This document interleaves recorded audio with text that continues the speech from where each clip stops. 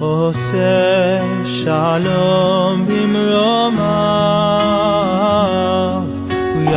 Shabbat Shalom, queridos hermanos, Ajim, Ahayot, sean ustedes bienvenidos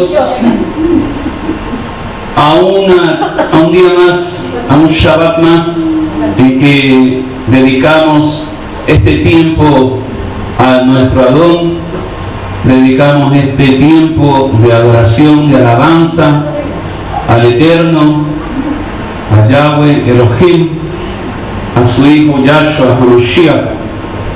Sean todos ustedes bienvenidos y bendecidos por esta congregación, la Nueva Jerusalén, es el ministerio de la Nueva Jerusalén.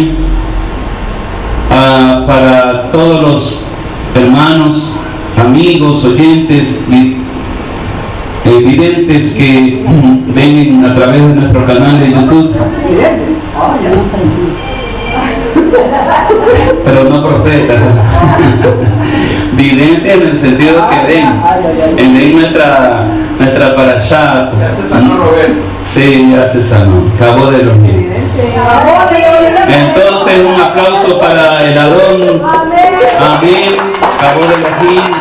La salud ha sido devuelta a nuestro Saquín. Aleluya. A Él sea el honor, a Él sea la gloria, a Él sea la honra por los siglos de los siglos. Bendiciones para nuestro More, Yanit Ben Dayan, desde aquí, desde Guayaquil, Ecuador, para Nueva York, para él, para las familiares que también está conociendo allá. Esta tarde tenemos la parashá número 38, que tiene como título Korach. Korach. Sí, pero no es el Korach de coraje, sino que es con K. Korach. K-O-R-A-A-J. Korach. Y Lenaán. Así es. ¿Qué significa? Traducido es depilado. Depilado. Korach. Depilado, sí. De depilación, sí, claro.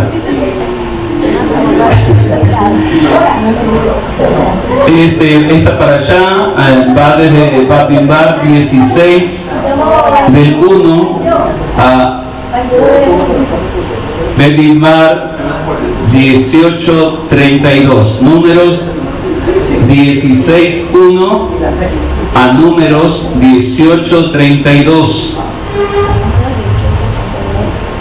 En la Haftarah tenemos la lectura de Primera de Samuel, capítulo 11, versículo 14, y también Primera de Samuel, capítulo 12, versículo 22.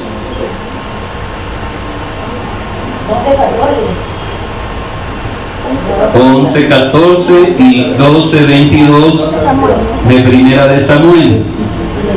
Y en el Brit Hadashah tenemos a Juan, Yohanan, capítulo 9, versículo 1, y Yohanan, Juan, capítulo 10, versículo 42.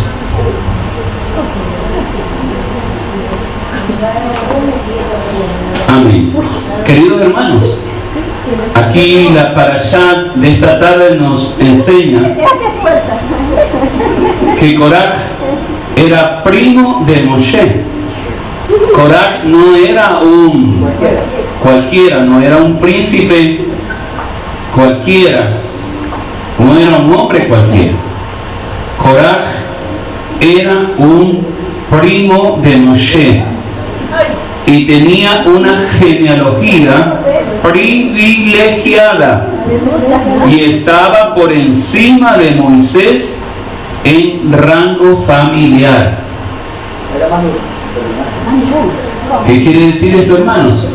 Que Korach, en rango familiar, en ascendencia familiar, era un primo que era un primo mayor, superior, ¿sí? Por rango familiar. Entonces, por podemos preguntarnos, ¿qué sienten los hermanos mayores y los primos menores cuando el más pequeño es nombrado para ser su jefe? ¿Será esta relación familiar la razón por la envidia que motivó la actitud rebelde de Korah? ¿Qué pasó con Ismael cuando Yishak, su hermanastro pequeño, fue nombrado portador de las promesas? ¿Qué pasó con Esaú cuando su hermano menor, Jacob, obtuvo la primogenitura y la bendición en lugar suyo? Tuvieron celos y amargura, sí, queridos hermanos. Esos celos y envidias fueron transmitidas a lo largo de todas las generaciones. Y esa es la causa de las actitudes adversas entre los árabes y los judíos, entre el Islam y el judaísmo, entre los romanos y los judíos, entre el cristianismo y el judaísmo. Los descendientes de Ismael adaptaron una religión que cultiva el odio contra el judío. Y lo mismo ocurre con los cristianos. Inventaron un nombre para reemplazar el verdadero nombre de Elohim, un nombre latino para reemplazar el verdadero nombre del Mesías, y crearon un canon religioso a partir de textos y traducciones griegas, nombres de hombres, ciudades y regiones transliterados y mal traducidos de la Torá, de la Biblia hebrea. Los descendientes de Esaú formaron el Imperio Romano, y por eso está hasta el día de hoy el odio contra el judío se puede encontrar en todo el sistema romano. No es solamente, hermanos, allá en Gaza, no es solamente allá en Arabia Saudita. Estamos viendo que en esta semana, hermanos, en París, Francia, una niña de 12 años fue violada por un grupo de jóvenes. Antisemitismo en otra ciudad. Pero ¿acaso Francia no pertenece o perteneció al Imperio Romano? ¿Acaso toda, por no decir toda Europa, no perteneció al Imperio Romano y no tiene un sistema romanista en toda su legislación y sistema político? Entonces, hermano, cada semana nosotros vemos en los noticieros judíos, israelíes, no los noticieros nacionales, no los canales de televisión, me refiero a nuestro chat de Radio High, de Radio Libertad, de Radio Haifa y otras cadenas que a diario protestas contra los judíos, antisemitismo contra los judíos, atentados a las embajadas, consulados de Israel en cualquier parte del mundo, vandalismo en los cementerios judíos y tantas cosas, hermanos, y tantas cosas. ¿Y qué dice el mundo? No dice absolutamente nada. El mundo hasta el día de hoy no ha dicho absolutamente nada, no ha condenado abiertamente jamás, no ha condenado el terrorismo, no hace de la vista ciega, aleja, voltea la cara contra todo el barbarismo, la barbarie que hizo jamás el 7 de octubre del año pasado. Y encima de eso, este indigno e incapaz presidente o secretario general de la ONU condena de genocidio a Israel. Es un epítome del odio contra Israel.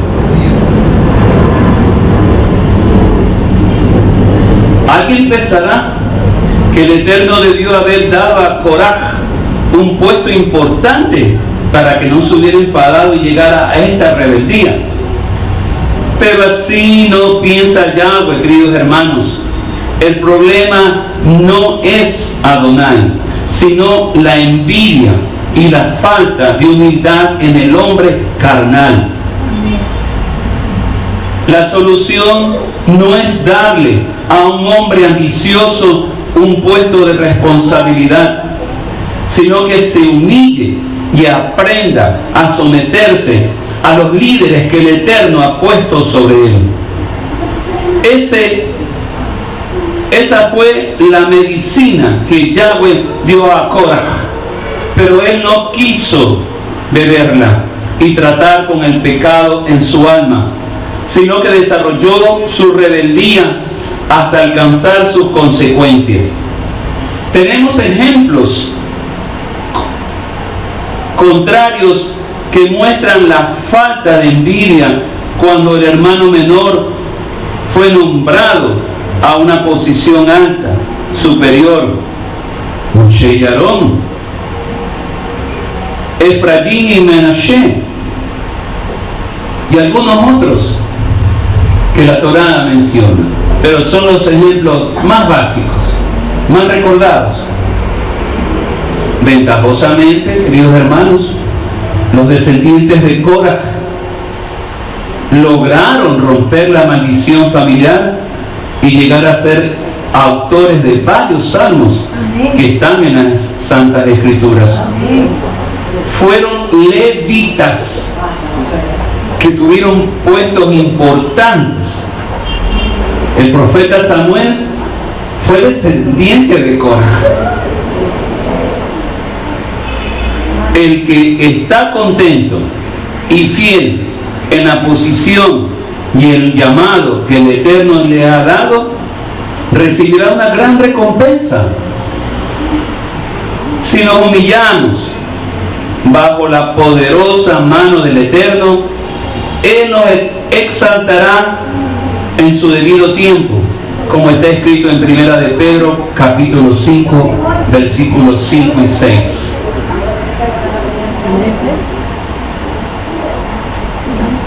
En los momentos críticos, cuando todo es llevado a un punto de confrontamiento, hay algo que permanece y no tambalea: el fundamento de Yahweh. El sello de ese fundamento tiene dos mensajes. Primero, Yahweh conoce a los que son suyos. Segundo, todo aquel que invoca el nombre de Yahweh se aparta de la iniquidad. Números 16, versículos 5 y 7 nos señala que los rebeldes invocaron el poder del pueblo para afirmar su posición de liderazgo, como diciendo: todo el pueblo es santo, tiene una posición alta debajo del Eterno. Ustedes están tomando una posición demasiado alta, puesto que todos somos iguales. Nadie es mejor que otro, así que nosotros también podemos opinar. Nosotros también nosotros también podemos estar en una posición alta. Korah, como repito, tenía esa posición alta genealógicamente hablando. Un primo, genealógicamente hablando, en un sitio superior y privilegiado. Y él se sintió mal. Él se vio y se llenó de envidia por ver a su primo, que para sus ojos era el menor y no era nadie, de improviso levantarse como el líder de la nación de Israel. Estas personas no podían exigir una posición que el Eterno les había quitado. No entendieron la esencia de la autoridad. La autoridad no viene del pueblo. Y aquí nosotros nos reímos porque el vulgo, el mundo, dice, la voz de Dios es el pueblo, o el pueblo ostenta la voz de Dios cuando vienen las elecciones, ¿verdad? Pero aquí, hermanos, es algo mal aplicado, porque la autoridad no viene del pueblo, sino del Elohim. Amén. Él pone reyes y Él saca reyes, no el pueblo. Y escrito está que Él constituye reyes, que Él constituye presidentes, Él constituye las autoridades y gobernantes. Amén. El Elohim, el Rey, el Juez Supremo, que es la autoridad máxima. Aleluya. Vayamos a 1 de Timoteo, capítulo 3, versículo 1 al 7. Tratemos de leer rápido el hermano o hermana que encuentre primero. 1 de Timoteo, capítulo 3, versículos 1 al 7. Finalmente, hermanos, oren por nosotros, para que el mensaje del Maestro se difunda rápidamente y triunfe, así como sucedió también entre ustedes, y que se nos libre de hombres perversos y malos, pues no todos son dignos de confianza, pero Yahweh sí es digno de confianza, y Él los confirmará y los guardará del mal. Tenemos confianza en Yahweh en cuanto a ustedes, que hacen y harán lo que les indicamos, que Yahweh... Ay, esa es segunda Tesalonicenses. Estás leyendo mal. Primera de Timoteo. 3 del 1 al 7. Esto es muy cierto. Si alguien aspira al cargo de supervisor, desea una buena obra. Ahora bien, es necesario que el supervisor sea irreprensible, esposo de una sola mujer, sobrio, prudente, decoroso, hospitalario, apto para enseñar, no dado al vino, no violento, sino amable, no contencioso, sino amante, ni amante del dinero, que gobierne bien su casa y tenga a sus hijos en sujeción con toda dignidad, porque si alguien no sabe gobernar su propia casa, ¿cómo cuidará de la comunidad de Yahweh? Que no sea un recién convertido para que no se llene de orgullo y caiga en la condenación de acusador. También debe tener buen testimonio de los de afuera, para que no caiga en el reproche y la trampa del acusador. Amén. Amén. Hermanos, no es malo desear un puesto de liderazgo dentro de una congregación, sino tiene motivos puros. Como tú lo desees, hermano. El llamado al liderazgo se manifiesta generalmente como un deseo, aunque el verdadero, el auténtico líder jamás desea serlo. Lo que se requiere de un líder es que esté sujeto al Eterno, obedeciendo sus mandamientos y tener un carácter aprobado. A un líder le toca estar en situaciones límites en muchas ocasiones. Es muy común que tiene que elegir entre dos o varias opciones. Si elige una de ellas, pierde por un lado, y si elige la otra, pierde por el otro lado. La manera como actúa en esa situación muestra si es un buen líder o no. Si toma una decisión que causa pérdida para él, pero beneficia al pueblo, es un buen líder. Si toma una decisión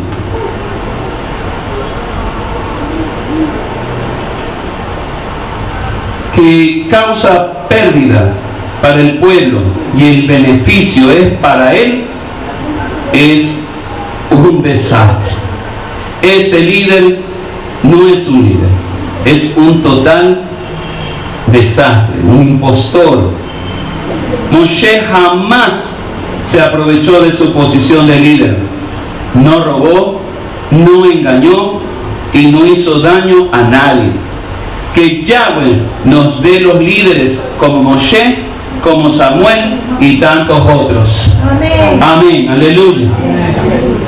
En Juan capítulo 10, versículo 11b está escrito. Juan capítulo 10, versículo 11b está escrito: el buen pastor su vida da por las ovejas. En 2 de Corintios 7:2 está escrito: acéptanos. A nadie hemos ofendido, a nadie hemos corrompido, de nadie hemos tomado ventaja. Este es el testimonio de un buen líder.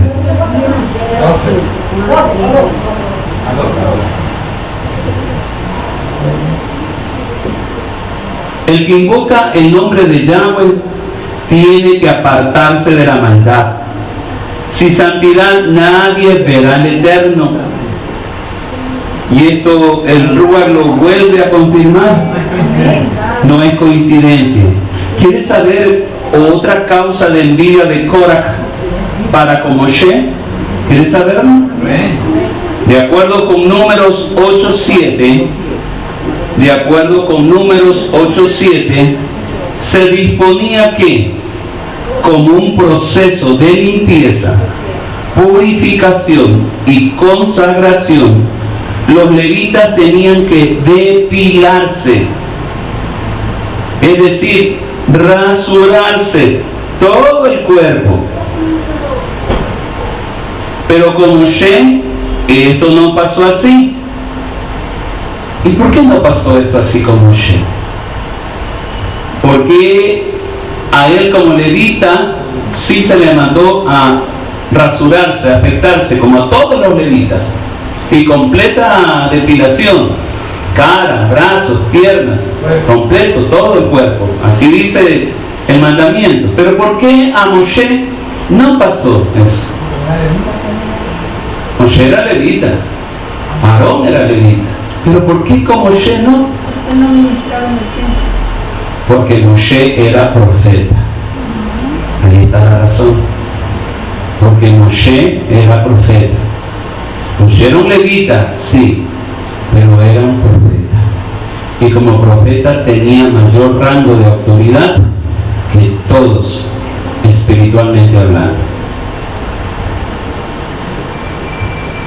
Y por eso incluso encima de su hermano Aarón, aunque era el sumo sacerdote y mayor en edad como hermano, sin embargo el mayor era Moshe, por ser profeta. Y esto fue causa también de envidia y de celo. Dice la tradición judía, sustentándose en la misma Torá, que la mujer sabia y virtuosa edifica su casa. Dice la tradición judía que la esposa de Korah avivó el fuego de su corazón y de su alma precisamente al decirle eso. ¿Cómo tú vas a permitir estar en una posición si tú eres superior a Moshe? ¿Cómo tú vas a permitir depilarte si tú estás en una posición, eres superior a Moshe? ¿Por qué Moshe sí tiene que dejarse la barba? ¿Por qué Moshe sí esto? ¿Y por qué tú tienes en cambio que rasurar? No debes hacerle caso. Así dice la tradición judía, que la mujer de Corán le había dicho. En tanto que la esposa de On, otro de los convocados en esta rebelión, dice la tradición también judía, que en cambio la esposa le dijo no. La esposa dice que se sacó el velo, se aflojó el cabello y así se puso en la tienda, en la puerta de la tienda. Entonces, para que los hombres que pertenecían a esta rebelión, cuando fueron a verlo aún, vieron a la mujer en esa situación, entonces no la molestaron. Pasaron por alto la tienda de On y siguieron adelante. Entonces, así dice la tradición, ¿no? Judía. En la Torah obviamente no vemos esto. No podemos nosotros ni confirmarlo ni negarlo. Pero, de acuerdo con la misma Torah, si no está escrito, no está escrito, ¿verdad? Pero bueno, partamos de una lógica, ¿ya? En la misma Torah, la mujer sabia edifica la casa. Entonces dependerá de ti, mujer sabia, edificar tu casa con respecto a lo que tú estés obedeciendo. Si tú estás obedeciendo al mundo, si tú estás obedeciendo a las vanidades del mundo, si tú estás obedeciendo los deleites y las delicias del mundo, obviamente tú vas a ser como esta mujer de coraje, que le va a decir, pero tú te mereces estar en posición, tú te mereces mejor posición, tú te mereces dinero, tú te mereces un carro, tú te mereces. Y va a destruir el hogar, la familia, va a destruir muchas cosas. Así es.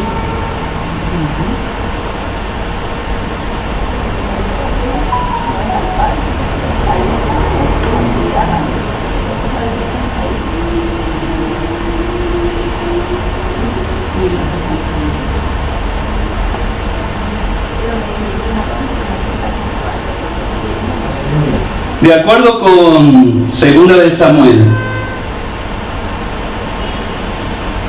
o mejor dicho, de acuerdo con la misma Torah y de acuerdo con las tradiciones judías, vamos a ver por qué la barba sí en unos y por qué la barba no en otros. Hermanos queridos, la barba en realidad es un símbolo, es un objeto, es un símbolo de respeto, de autoridad, ¿sí? Entonces, en realidad para todas estas naciones del Medio Oriente, la barba es una señal, es un signo, es un símbolo de autoridad y de respeto.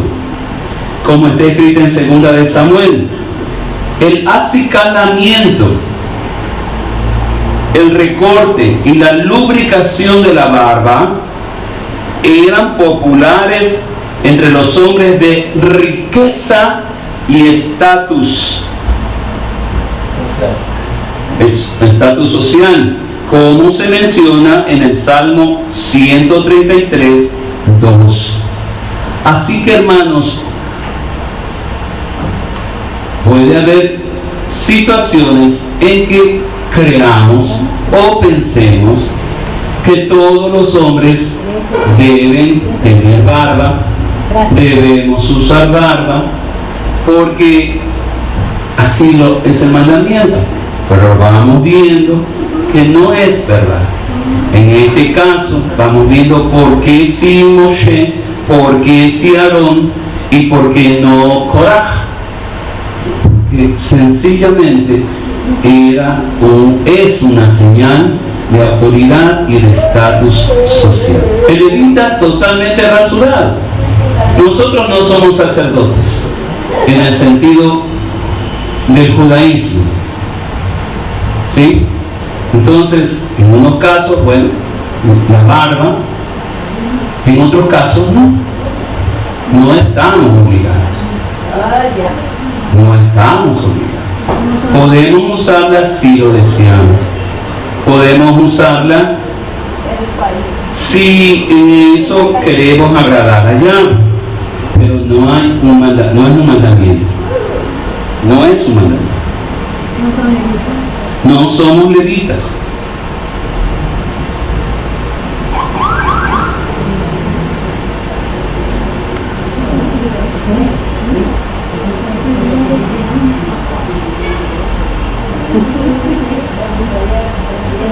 Ese pueblo vio lo que Yahweh había hecho a través de Moshe, pero no vieron nada, no entendieron ni discernieron que el Eterno estaba con Moshe.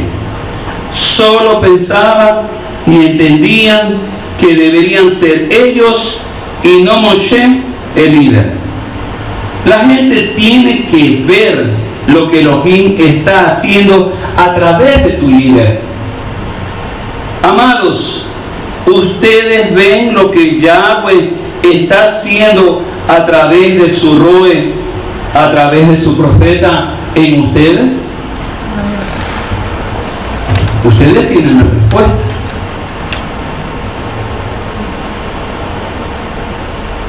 Cora y sus seguidores estaban en una alta posición porque llevaban el arca del testimonio, pero él y sus acompañantes querían estar en la más alta posición.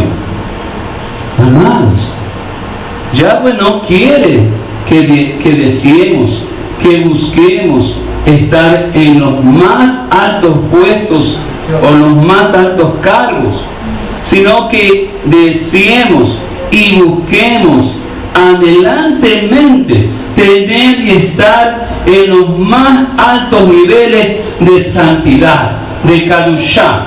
Eso es lo realmente y verdaderamente importante para nosotros.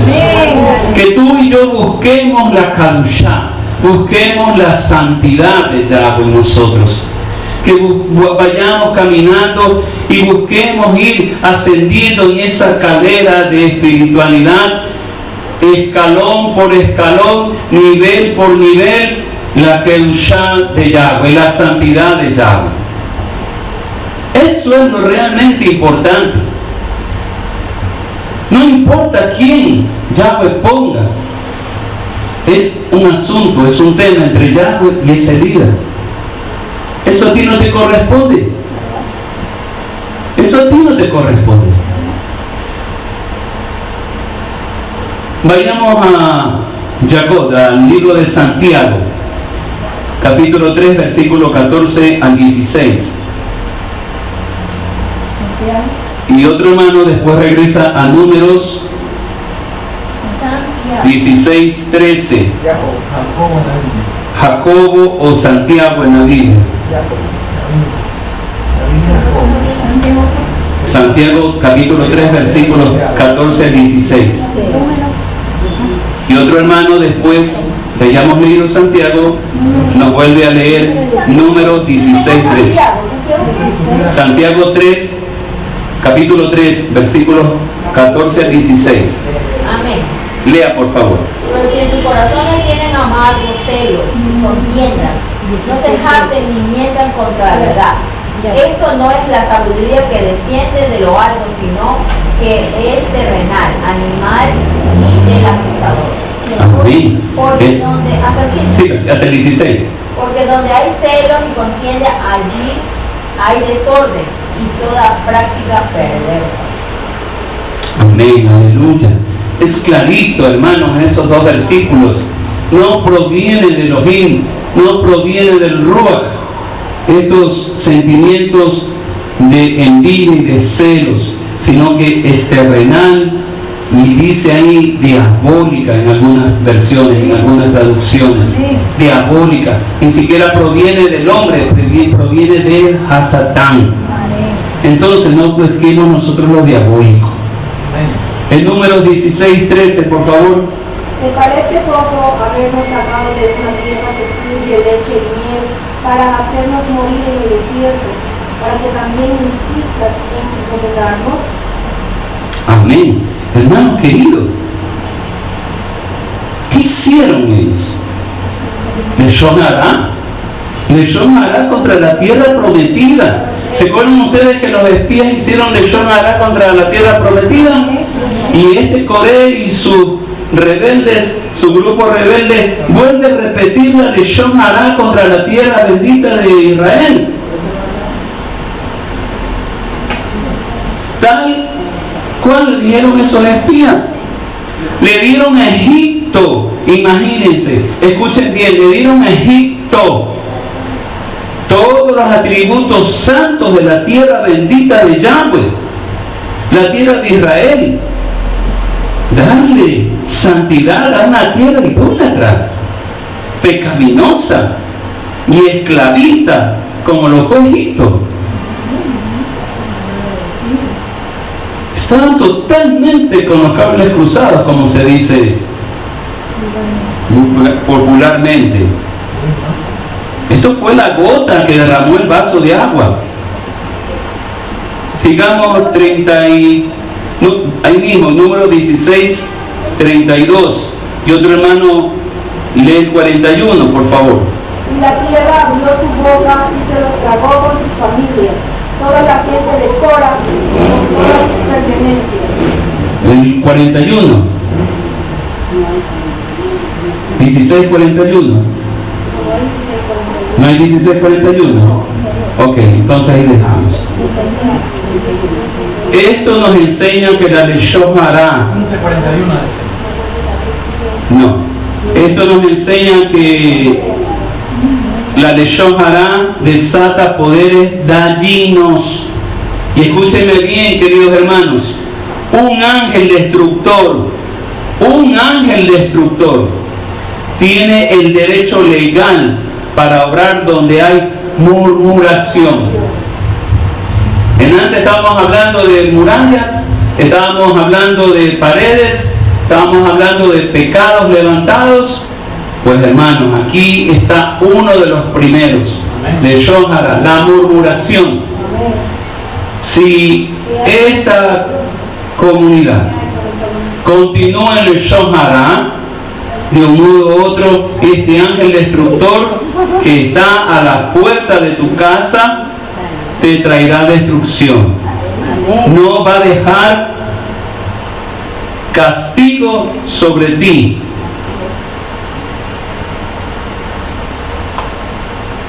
Leshon Hara,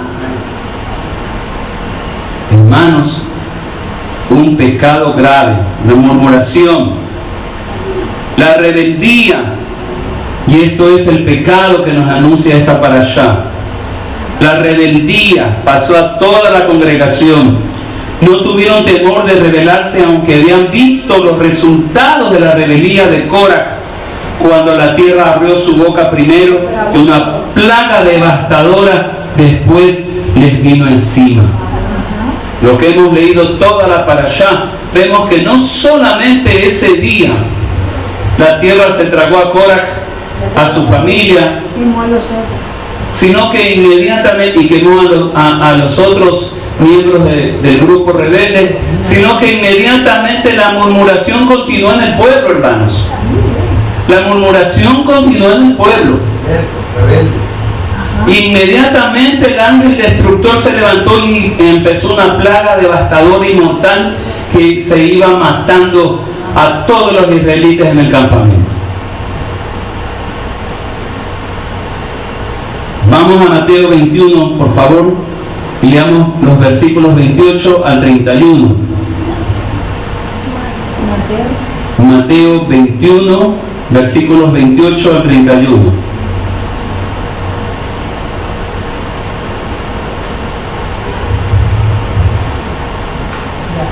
Pero, ¿qué les parece esto? Un hombre tenía 2 hijos y se acercó al primero y le dijo: hijo, ve hoy a trabajar en la viña.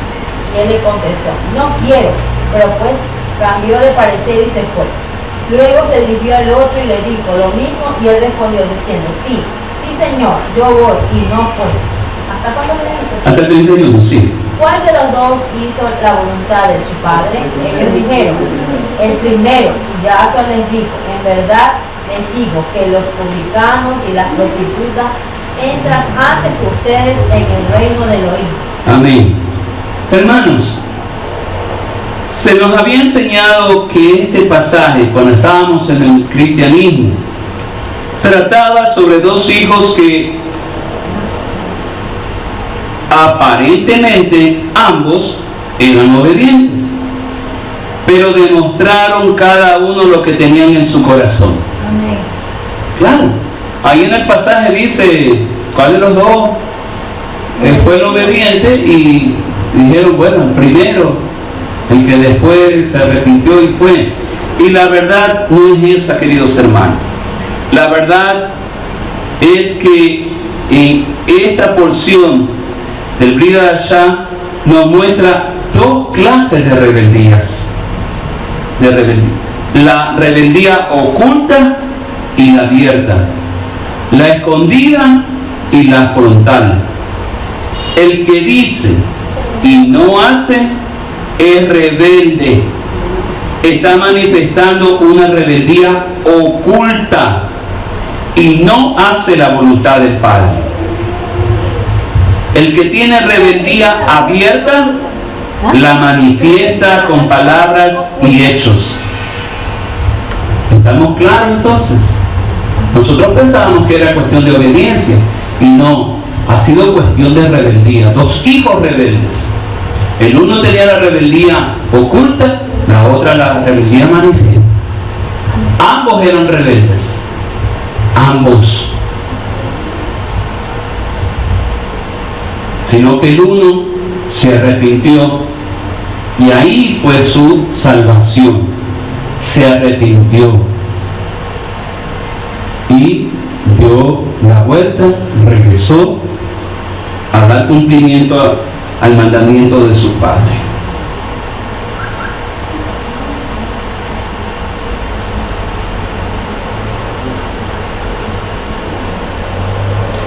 En el otro no.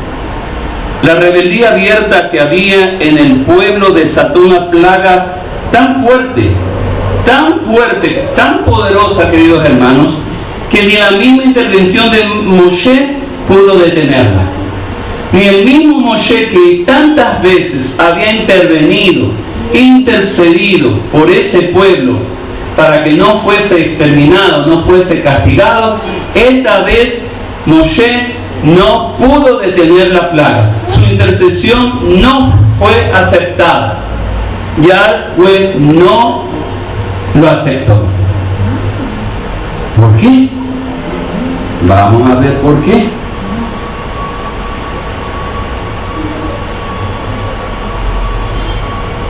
Lo único que pudo detener esa plaga fue la intervención de un hombre que representaba al pueblo.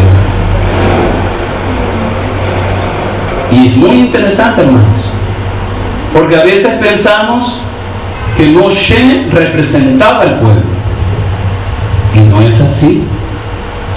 En el momento que Aarón asume el sumo sacerdocio, él se vuelve en el intercesor oficial ante Yahweh para interceder por el pueblo. El momento en que Aarón ya oficia su ministerio, él es el intercesor y el mediador del pueblo de Israel. Por eso es que Moshe ya no pudo, ni fue acepto en esta intercesión, sino que fue Aarón. El verso 48 de Números 16 dice, hablando de Aarón,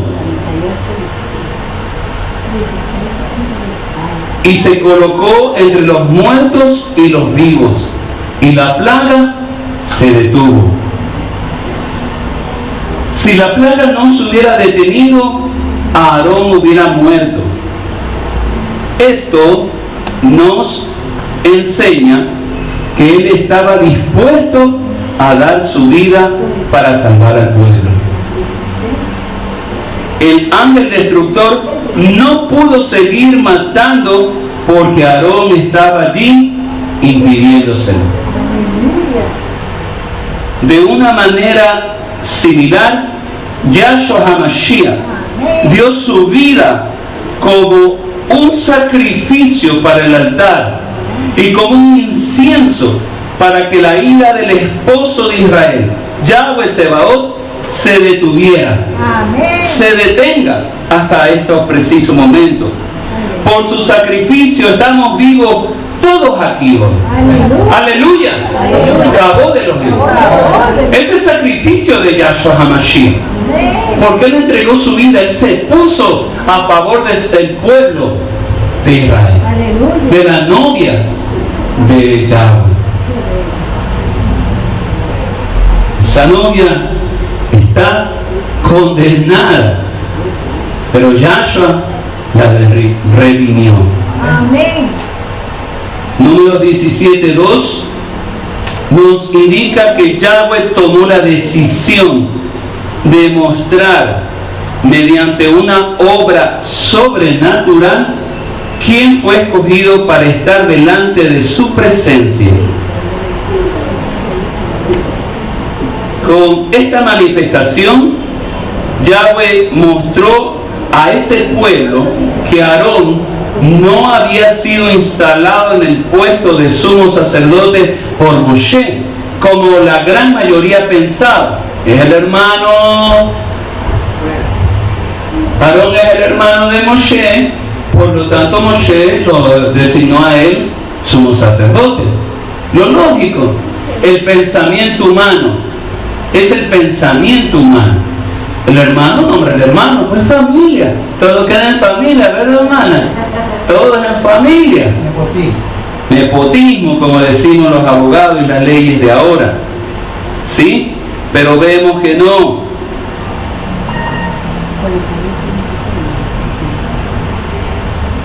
Con esta manifestación, y vamos a ver qué manifestación es, queridos hermanos. Con esta manifestación, Yahweh mostró a ese pueblo que Aarón no había sido instalado en el puesto de sumo sacerdote por Moshe, sino por su maldad. Y vamos a ver, vamos a Números 17:2. Números 17:2. ¿Qué dice Números 17? Eleazar, hijo de Aarón, el sacerdote que saque los incensarios entre los restos del incendio, porque son consagrados y que esparcen las brasas. Amén. Entonces, hermanos, vamos a ver sobre consagración. ¿Quién consagra? No consagra el hombre, no unge el hombre, unge Elohim, unge el Ruach HaKodesh. Vamos a ver que un palo muerto, hermanos, porque vamos a ver que la prueba es que todos los jefes de las tribus, las 11 tribus, incluida la tribu de Leví en la representación de Aarón, todos mostraban un palo muerto, un cayado. Cada príncipe, cada jefe de tribu tenía un bastón de mando, por así decirlo. Un cayado, porque eran también jefes y eran pastores simbólicos espirituales de cada una de sus tribus. Aarón tenía su bastón, su cayado, un palo muerto. Repito, un palo muerto usado como vara. ¿Qué pasó allí, queridos hermanos? Recibió nueva vida para mostrar la autoridad y el liderazgo de Aarón. Era una lección ese pueblo para decir: yo, Yahweh, yo soy quien elijo, yo soy quien designo, yo soy quien autorizo, y esto yo voy a demostrar que en quien en ese palo muerto haya nueva vida, tenga nueva vida, ese es el elegido. Y así nos dice la Torah, escrito está. Queridos hermanos, de la misma manera, la resurrección es la evidencia, y escúcheseme bien, la resurrección es la evidencia de que Yahshua HaMashiach ha sido puesto por el Eterno como el sumo sacerdote celestial y juez sobre vivos y muertos, como está escrito en Hechos 2:36. Y yo leo lo que dice Hechos 2:36. Hechos 2:36. Sepa pues con certeza toda la casa de Israel que a este Yahshua, a quien vosotros crucificasteis, Yahweh lo ha hecho Adón y Mesías. Y también, como dice Hechos capítulo 17:31, porque Él ha establecido un día en el cual juzgará al mundo con justicia por medio de un hombre a quien ha designado, habiendo presentado pruebas a todos los hombres al resucitarle de entre los muertos. Cuando esta resurrección haya sido manifestada a todo el pueblo de Israel, cesarán las quejas contra Yahshua HaMashiach. Shabbat Shalom, querida congregación.